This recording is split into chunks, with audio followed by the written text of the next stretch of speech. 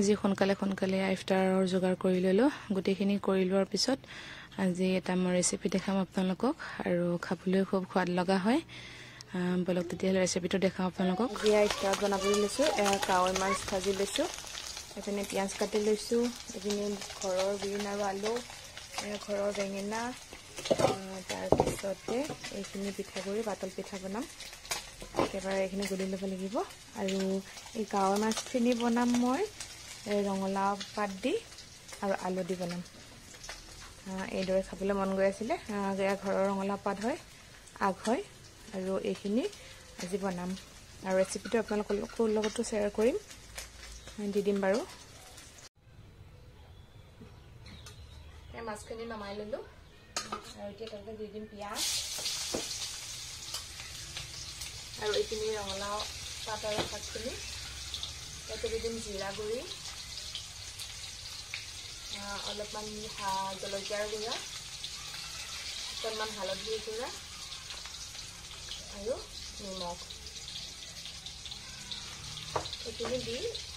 তেলখিনি গৰম থাকে ভজা হৈ গ'ল সেইখিনি গোটেইখিনি দি দিছোঁ মই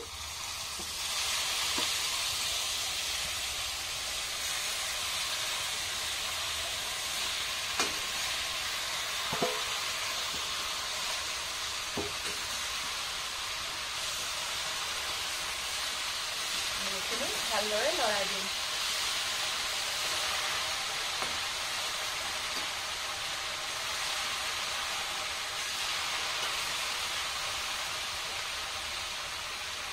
আৰু এতিয়া লৰোৱাৰ পিছত 10 মিনিটমান সময় সিজিবলৈ দিম নিমখত তাৰপিছত এইখিনি আকৌ পানী দিম পিছত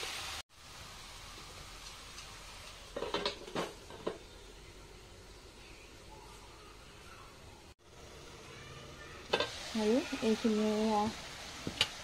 মজি গৈছে দেখিছেনে কমি গ'ল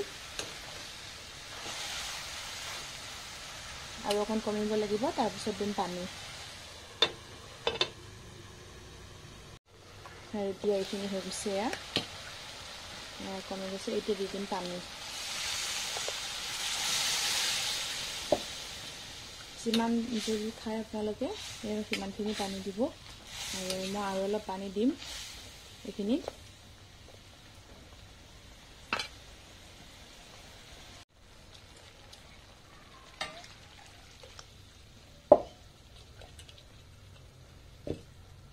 আজি চেহেৰে টেয়া দিয়ে খাম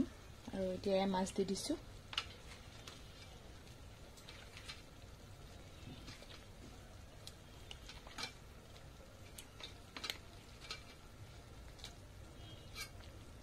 মাছ দি ভালদৰে এনেকৈ লৰাই দিম আৰু এইখিনি অলপ সময় সিজিব দিম